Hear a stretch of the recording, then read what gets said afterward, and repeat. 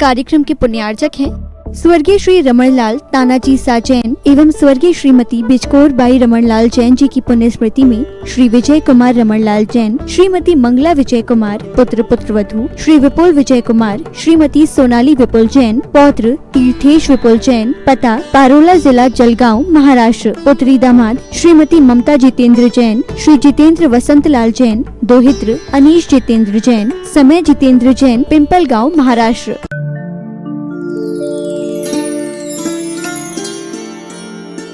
तो यह गहरी श्रद्धा हम पैदा करना सीखें, ये तो छूटने ही वाला है। एक एग्जाम्पल हम हमेशा देते हैं, होटल के रूम में रहते हुए आपको कभी अटैचमेंट नहीं होता है। 8 दिन भी रुके रहो उस रूम में, 5 स्टार के रूम में, 1 महीने भी रहो किसी रेस्ट हाउस में, आप लंबे समय तक रुक जाओ, आपको उस रेस्ट हाउस को छोड़ते समय, होटल के रूम को छोड़ते समय कभी दुख नहीं होता, विकल्प नहीं होता। क्यों नहीं होता? वो रूम बड़ा अच्छा था, फुल्ली फर्निश, फैसिलिटीज बड़ी अच्छी, बहुत सुंदर, इंटीरियर बहुत अच्छा था। आपके घर के जो बेडरूम है उससे लाख गुना भी अच्छा हो सकता है। होता है? फिर भी आपका जुड़ाव उससे नहीं होता है, और आपका जो घर है, वहाँ का जो बेडरूम है अथवा एक छोटा सा रूम है जिसमें कुछ भी नहीं है 4 दीवारी के अलावा, आप उसे अपना मानने लगते हो। क्या अंतर हो जाता है दोनों में?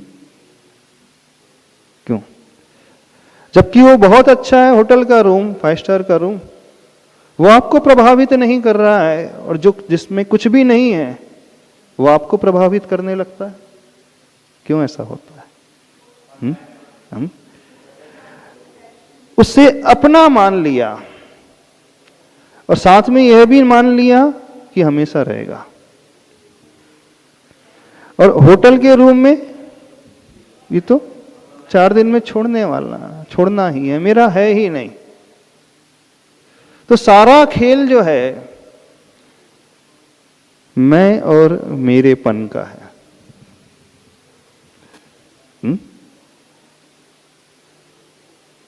एक मैं को लेकर के व्यक्ति को टेंशन होता है ना?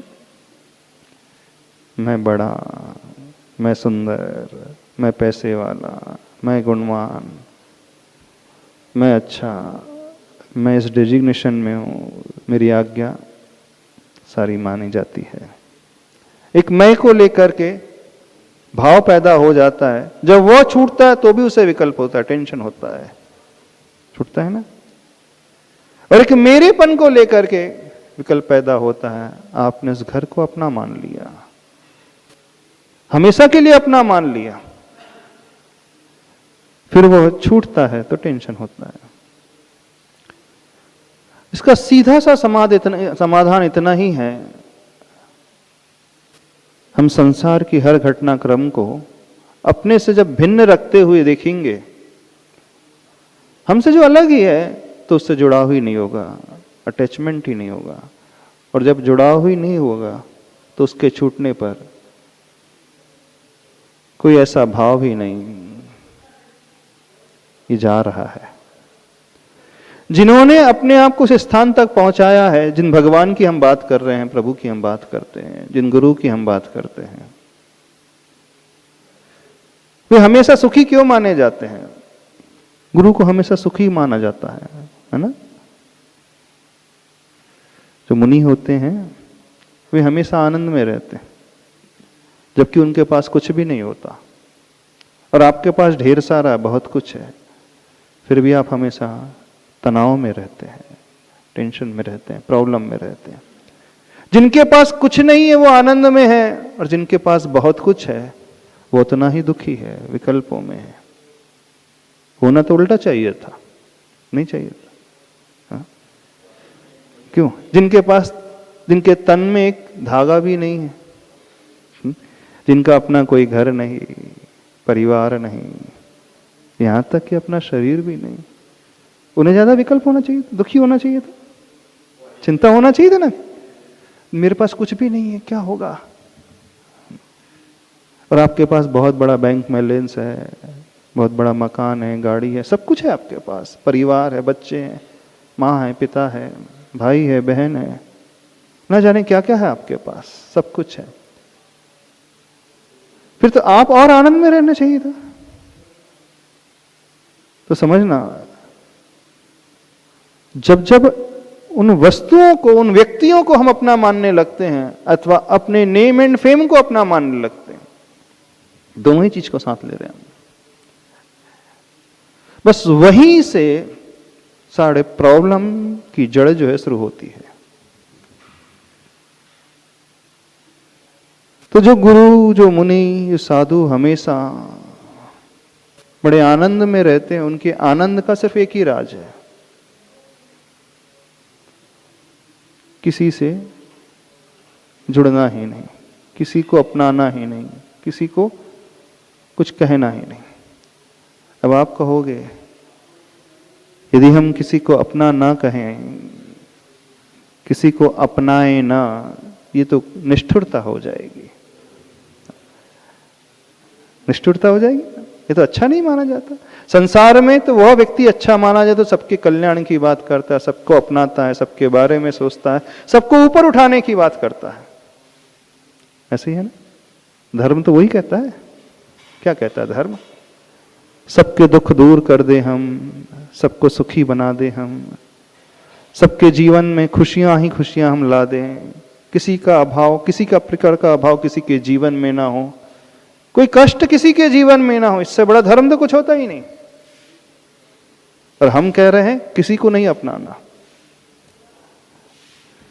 अभी दोनों एक ही सिक्के के दो पहलू हैं और कुछ भी नहीं है। जब हम किसी को अपना नहीं बनाते हैं तो सारी दुनिया को अपना बना लेते हैं। एक बात समझना, अंतर आप में सिर्फ इतना ही है, आपने 4, 6, 8 लोगों को अपना बनाया, बस, इससे ज्यादा कुछ नहीं किया। आपका परिवार, आपका खानदान, आपके रिलेटिव्स, आपके रूममेट, ऑफिस मेट, कलीग्स, बस इतने ही आपके अपने, बाकी सब पराए। अब देखना वो सुखी क्यों है? उन्होंने किसी को अपना ना ही बनाया और किसी को अपना ना बना करके भी सारी दुनिया को अपना बना लिया। तब सिक्के का एक पहलू देखते हैं कि वो अकेले हैं, शरीर भी उनका अपना नहीं, आत्मा के अलावा कुछ भी नहीं है। तो सिक्के का जो दूसरा पहलू है, सारी दुनिया उनकी अपनी है, क्योंकि जो आत्म कल्याण के बारे में सोच सकता है वही दुनिया के कल्याण के बारे में सोच सकता है। अथवा यूं कहें, जो सबके उत्थान के बारे में सोचता है, सबके खुशियों के बारे में सोचता है, वही व्यक्ति अपने बारे में सोच सकता है। दोनों में ज्यादा अंतर नहीं है। बस इस दृष्टिकोण को हमें अपने भीतर पैदा करना है और कुछ नहीं पैदा करना। यह सोच अपने मन में बनाना है। बस इसी सोच को लेकर के प्रभु के पास आया जाता है, भगवान के पास आया जाता है, गुरु के पास आया जाता है, उनके चरणों में झुका जाता है, उनकी पूजा की जाती है, उनको ध्यान का विषय बनाया जाता है, उनके गुणों को स्मरण में लाया जाता है, उनका अभिषेक किया जाता है। आप लोग इस सोच को अपने मन में कभी नहीं लाते। आपका आने का इंटेंशन कुछ अलग ही होता है, कुछ अलग ही होता है। मंदिर में आने का उद्देश्य हो सकता है महीने में एक बार आते होंगे, जैसे यहाँ का युवा मंडल है, कब आता है? महीने में एक बार आता है अभिषेक करने के लिए। कितने लोग आए आज फर्स्ट टाइम? अभी बच्चे आ गए, सिर्फ युवा लोग? हाँ, आ गए। क्यों आए हो? भगवान के पास अभिषेक करने। इस पर्पस को समझने की कोशिश करें। झुकना उन्हीं के चरणों में है, मानना उन्हें है, स्वीकारना है, पूजा करना है, गुणानुवाद करना है, उनके गुणगान गाना है। लेकिन क्यों? जब इस दृष्टि से हम चलना सीखेंगे, हमें बड़ा आनंद आएगा, हम बहुत कुछ पाएंगे, और सबसे बड़ी बात, हम हर स्थिति में बड़े आनंद में रहना सीख पाएंगे। यह शिक्षा जिसे ग्रहण करना आ गई, वह व्यक्ति हमेशा बड़ा प्रसन्न होकर के भगवान के चरणों में आएगा। उससे कभी कहना नहीं पड़ेगा कि जाया करो भगवान के पास। क्योंकि जब हमें अपने आप बहुत कुछ जहां मिलने लगता है, जहां कमाई बहुत होने लगती है, इनकम बहुत होने लगती है, वहां किसी के फोर्स की कामना नहीं होती है, कोई दबाव की इच्छा नहीं होती है कि जब वो कहेगा तब मैं यहां आऊंगा। नहीं, मुझे यहां कुछ मिल रहा है, तो मिलते ही समय व्यक्ति स्वतः ही अंतः प्रेरणा से आने लगता है। उसे किसी के मोटिवेशन की भी आवश्यकता नहीं होती है। होती है? नहीं होती। पर आप लोगों को बहुत मोटिवेट करना पड़ता है, समझाना पड़ता है, खासकर आज की जनरेशन को समझाना पड़ता है। भाई आया करो, भगवान के पास आया करो, भगवान के दर्शन करने आया करो, भगवान की पूजा के लिए आया करो। अभी आपने समझा ही नहीं इंपॉर्टेंस। जिस वक्त हम इस इंपॉर्टेंस को समझ लेंगे, हम अंदर से अपने आप ही आने लगेंगे। और जब व्यक्ति अंदर से कुछ इच्छा पैदा करता है और उसे जब प्राप्त करता है, तो उसे एक अलग ही सेटिस्फेक्शन मिलता है, एक अलग ही अनुभूति होती है। हमारी बात समझ में आ रही? नहीं समझ में आ रही? हम क्या कह रहे हैं? आप क्यों आते हो इनके पास? क्यों ये याद करते हो? क्या मिलता है यहां पर? आपने अभी तक यह नहीं समझा हम क्या पा रहे हैं, हमें क्या मिलेगा। चाहे हम उन्हें ध्यान का विषय बनाने, चाहे हम उनकी चर्चा कर ले, चाहे हम उनके दर्शन कर ले, चाहे हम उन्हें किसी भी रूप में याद कर ले, चाहे उनकी लिखी हुई कुछ पंक्तियों को पढ़ ले, इन सब का उद्देश्य उसे पाना है, उस आनंद को, अनुभूति को पाना है। यदि यह मिलना आप समझ लोगे कि यह पाया जाता है, फिर कभी कहना नहीं पड़ेगा, किसी को फोर्स नहीं करना पड़ेगा। पर बड़ी विडंबना है ना? नहीं है विडंबना? क्यों? आप लोग जब यहां पर आते हो, क्या मान करके आते हो? क्या समझ करके आते हो? आपका उद्देश्य सिर्फ इतना ही है, बाहरी वैभव को पाना, पैसा पाना, गाड़ी पाना, मकान पाना। अभी आपने वास्तविकता की खोज ही शुरू नहीं की। जिस सुख की अपन बात करते हैं, जिस आनंद की अपन बात करते हैं, वह आनंद वस्तुओं में नहीं मिलता है, अंदर के उस सेटिस्फेक्शन में मिलता है, उस संतुष्टि में मिलता है, उस रूप को समझ करके जब हम यहां पर आते हैं। तो हमारी बात समझ रहे हो कि नहीं समझ रहे? तो एक उसका आध्यात्मिक पक्ष, मैं और मेरापन, मेरा ये सब कुछ, मेरी वस्तु, मेरा घर, मेरा परिवार, इससे समझ करके ऊपर उठना और जो उन्होंने पाया है उस रास्ते को समझते हुए इनके पास आना।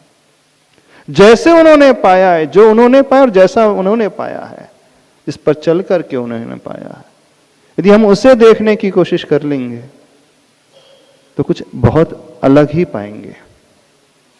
फिर इनके चरणों में झुकेंगे, एक बार इन्हें देखेंगे, तो स्वतः ही हम अंदर अपने भीतर वो परिवर्तन अपने आप ही लाने लगेंगे। यही एक पर्पस होता है और कुछ नहीं होता है भगवान को याद करने का। हम किसी व्यक्ति विशेष को तभी याद करते हैं जब हम उससे प्रभावित होते हैं, और प्रभावित तब होते हैं जब उसके पास कुछ होता है। सीधा सा प्रिंसिपल है। आपका रोल मॉडल कौन होता है लाइफ में? वो व्यक्ति आपका रोल मॉडल होता है जिसने अपनी लाइफ में कुछ अचीव किया है, कुछ पाया है। फिर वो पैसे वाला भी हो सकता है, कोई बहुत बड़ा बिजनेसमैन, इंडस्ट्रियलिस्ट हो सकता है, प्लेयर हो सकता है, एक्टर हो सकता है, एक साइंटिस्ट हो सकता है, एक सामाजिक कार्यकर्ता हो सकता है, कुछ भी, कोई भी कुछ भी हो सकता है।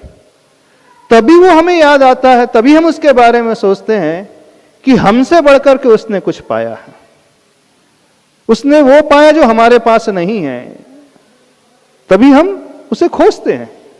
ऐसे ही होता है। चाहे आप स्टडी कर रहे हो तो आपने स्टडी करते समय स्कूल लाइफ में, कॉलेज लाइफ में एक रोल मॉडल बना लिया होगा, एक व्यक्ति को, एक स्टूडेंट को जिसने टॉप किया होगा, अच्छी स्टडी कर करके जिसने अच्छा नाम पाया होगा, पैसा पाया होगा, तो आपकी दृष्टि में वही व्यक्ति, वही स्टूडेंट नजर आता होगा कि हाँ, जैसा उसने अचीव किया अपनी लाइफ में, कुछ कुछ मुझे वैसा ही अचीव करना है। थोड़ा और बड़े हो जाते हो, फिर किसी बिजनेसमैन को आप देखने लगते हो, हाँ इसने बहुत पैसा कमाया है, कैसे कमाया। अथवा कोई सर्विस इंडस्ट्रीज में होता है तो उसे देखने लगता है जिसने अच्छा डेजिग्नेशन पाया है, नेम एंड फेम पाया है। अथवा जो थोड़ी सी आध्यात्मिकता अपने भीतर रखता है तो वो उन गुरुओं को देखने लगता है, उन प्रभु को देखने लगता है। इन्होंने भी अपने जीवन में बहुत कुछ पाया है, उन्होंने बाहर का नहीं भीतर का पाया है, उस आनंद को पाया, उस सुख को पाया है। बस जब दृष्टि में ये आ जाएगा तो आप उन्हें अपने आप फॉलो करने लगोगे। सोशल मीडिया में आप किसी को फॉलो करते हो ना, कि नहीं करते? इंस्टाग्राम में है, एफबी में है, किसको फॉलो करते हो? किसी को तो फॉलो करते होंगे, किसी को लाइक भी करते होंगे। किसे लाइक करते हो, किसे फॉलो किया जाता है? जो कुछ होता है उसके पास। ऐसे ही प्रभु के पास है, ऐसे ही गुरु के पास है। तो इन्हें इस दृष्टि से जब देखना हम शुरू करेंगे, तब देख करके भी हम उनके दर्शन करके भी बहुत कुछ पाएंगे, उनके गुणों को याद करके भी हम बहुत कुछ पाएंगे। उन्हें हम अपने मेडिटेशन में जब लेकर के आएंगे, चिंतन की धारा में लेकर के आएंगे, एफर्मेशन में लेकर के आएंगे, तो भी बहुत कुछ पा जाएंगे, क्योंकि फिर वो हमारा भीतर से होगा, अंदर से होगा, शब्दों से नहीं होगा। हमारे भीतर की वो उमंग थी, वो भीतर की तीव्र इच्छा थी।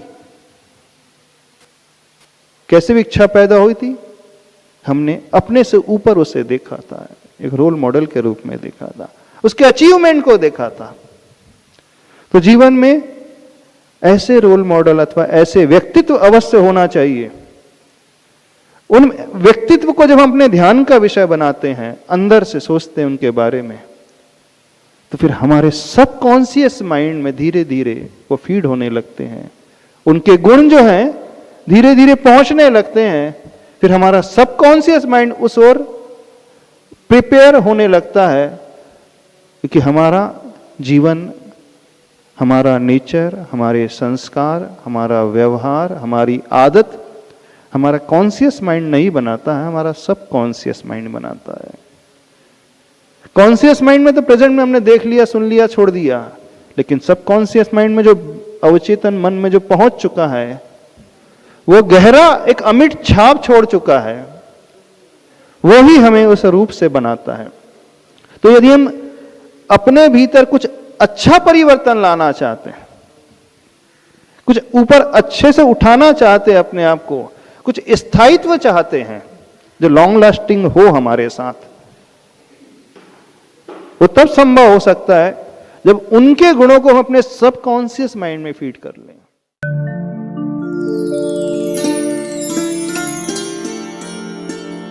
इस कार्यक्रम के पुण्यार्चक थे स्वर्गीय श्री रमणलाल तानाजी साजैन एवं स्वर्गीय श्रीमती बिजकोर बाई रमणलाल जैन जी की पुण्य स्मृति में श्री विजय कुमार रमणलाल जैन, श्रीमती मंगला विजय कुमार, पुत्र पुत्रवधू श्री विपुल विजय कुमार, श्रीमती सोनाली विपुल जैन, पौत्र तीर्थेश विपुल जैन, पता पारोला जिला जलगांव महाराष्ट्र, पुत्री दामाद श्रीमती ममता जितेंद्र जैन, श्री जितेंद्र वसंतलाल जैन, दोहित्र अनीश जितेंद्र जैन, समय जितेंद्र जैन, पिंपल गाँव महाराष्ट्र।